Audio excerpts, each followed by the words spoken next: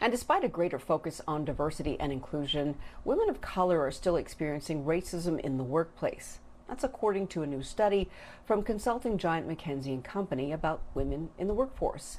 Joining us now to break it all down is Tiffany Burns from McKinsey. She's a partner in their Atlanta office, and we'd like to recognize her distinguished background, having both an MBA and law degree from Harvard. Tiffany, thank you so much for joining us here on BNC. Thanks for having me. Tiffany, I'm going to give you a BNC shout out because I didn't even know such a thing existed. You're like a unicorn, a black woman who went to Harvard and has both those degrees. So kudos to you. That's Black excellence. Real quick, tell me about your background, how you ended up in that position. Well, look, I had one of those moms that set high expectations for me at a very young age.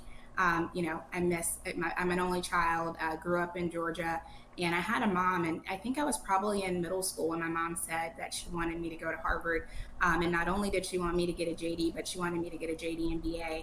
And she had a small article about a woman who had done it that she gave me and reminded me about that. And so I lost my mom to breast cancer in 2009, but obviously, continued on in the way that she would have wanted me to go. Wow. Well, condolences about your mother, but what an amazing woman, and so are you. So let's talk about this study. It points out what's called a broken rung on the ladder to success for women of color. Tell me about that. So, we've all heard about the corporate ladder, and the way we think about it is the first step in the corporate ladder, where you go from, the first management opportunity is what we talk about as the broken rung. And so, what we found is that first promotion to manager, that's the first step, right? To do anything more than that. And so, where we see that for every 100 men that are promoted, we only see 85 women of color. White women are higher than that at 89. And so, that rung, we call it broken, right? Because we would love to see the same percentage of women and black women as their white male counterparts making the transition. And when we think about why that is concerning, it's only the first step. And so the fact that we are seeing that challenge at what we think is the easiest gap to close persist is why we continue to be concerned. And I think then when we think about Black woman representation overall throughout the corporate ladder, we would see 1 in 22 Black women representing 1 in 22 of new hires. And then if we look all the way to the C suite, it's only 1 in 65. And so throughout the course of that ladder, we still see significant drop off of Black women executives. And Tiffany, there's also another phrase that's used in this study that you're using called double only. Talk about what it means and the significance of that.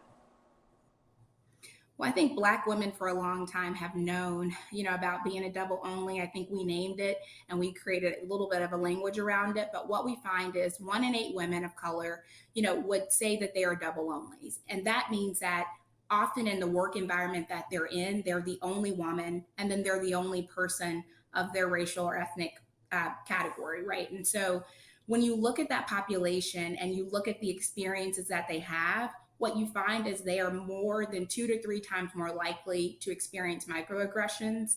And this has persisted for a while, right? This is similar to what we've seen a couple of years ago and even last year. And, to break down the microaggressions a little bit, there's basically 2 flavors of that.